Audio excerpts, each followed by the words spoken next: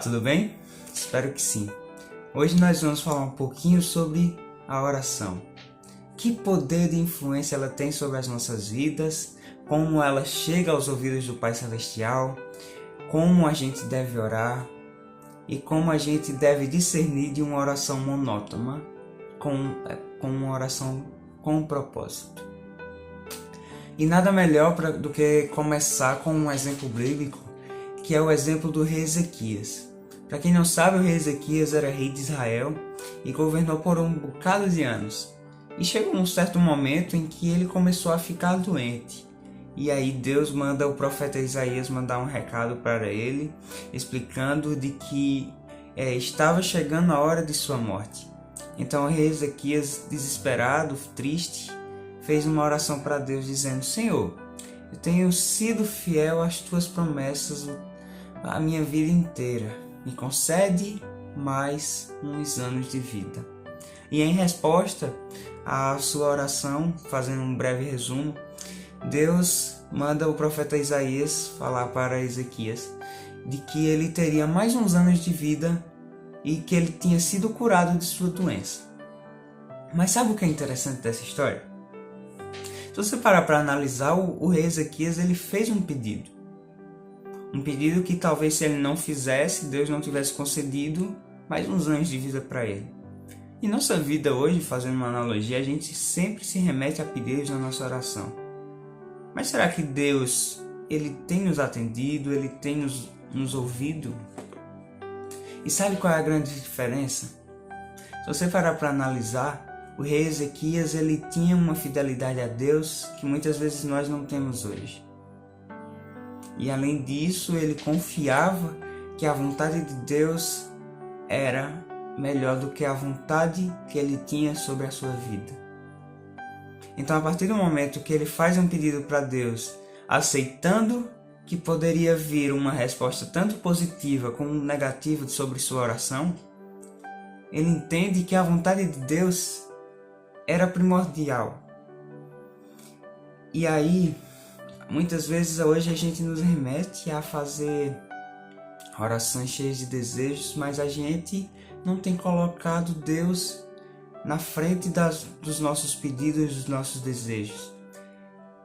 E além disso, o rei Ezequias ele era justo e fiel. E aí lá em Provérbios 15:8 diz o seguinte: O Senhor detesta os sacrifícios que os maus lhe oferecem, porém se alegra com a oração dos justos e dos humildes. Frase forte, né? Muitas vezes a gente faz uma oração monótona e aí a gente faz aquela oração repetida. Senhor, muito obrigado pelo dia, pelo alimento. Em nome de Jesus, amém. Ou senão a gente sempre se remete a fazer o mesmo pedido em todas as orações. A gente não tem mais aquela conversa com o nosso melhor amigo. Porque se você parar para analisar a oração, e não só ela, mas ela também deveria ser uma conversa íntima com Deus.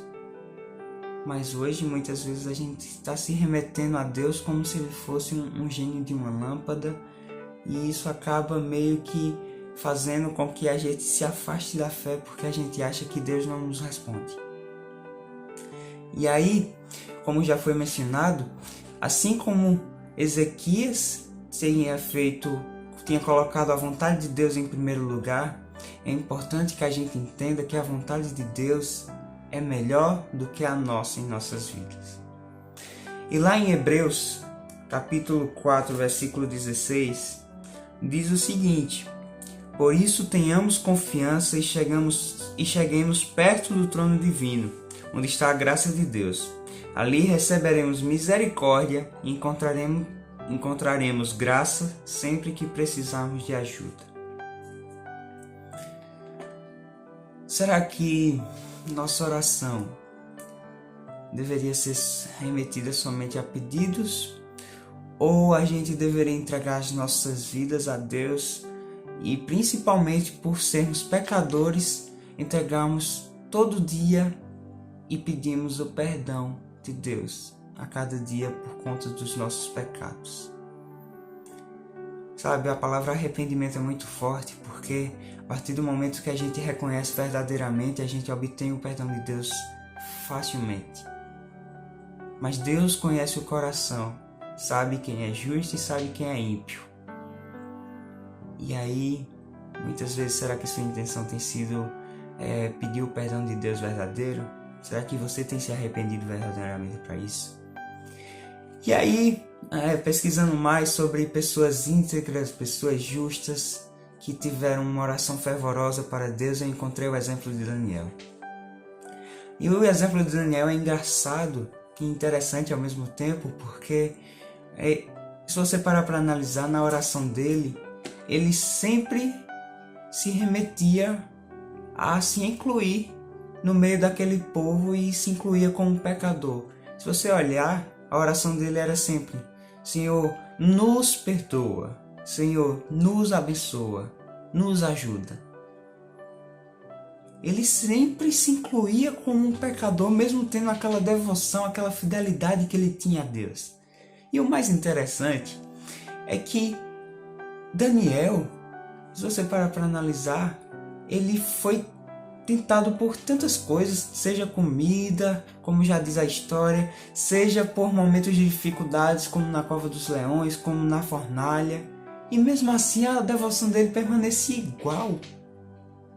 A oração dele não era aquela oração monótona, era algo que ele sentia a vontade, sentia o prazer de dobrar os joelhos e conversar com Deus. Será que a gente tem se incluído na roda de pecadores hoje em nossas orações?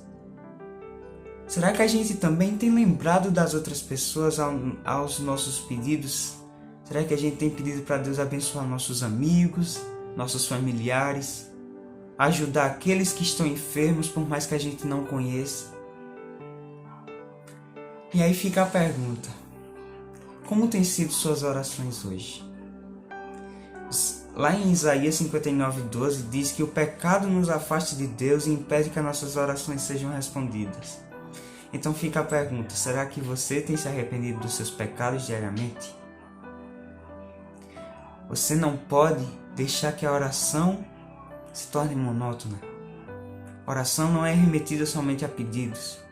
Se fosse simplesmente pedidos, a gente teria uma lâmpada e um Deus mágico que sairia dela e nos concederia esses pedidos. A oração é mais do que isso. É ter a fé e ter a certeza que por mais que a gente faça pedidos, Deus os concederá se for da vontade dele e for o melhor para nós. E aí? Você já tem ideia de como é sua oração? Você quer melhorá-la? Se você quer, ore comigo nesse momento.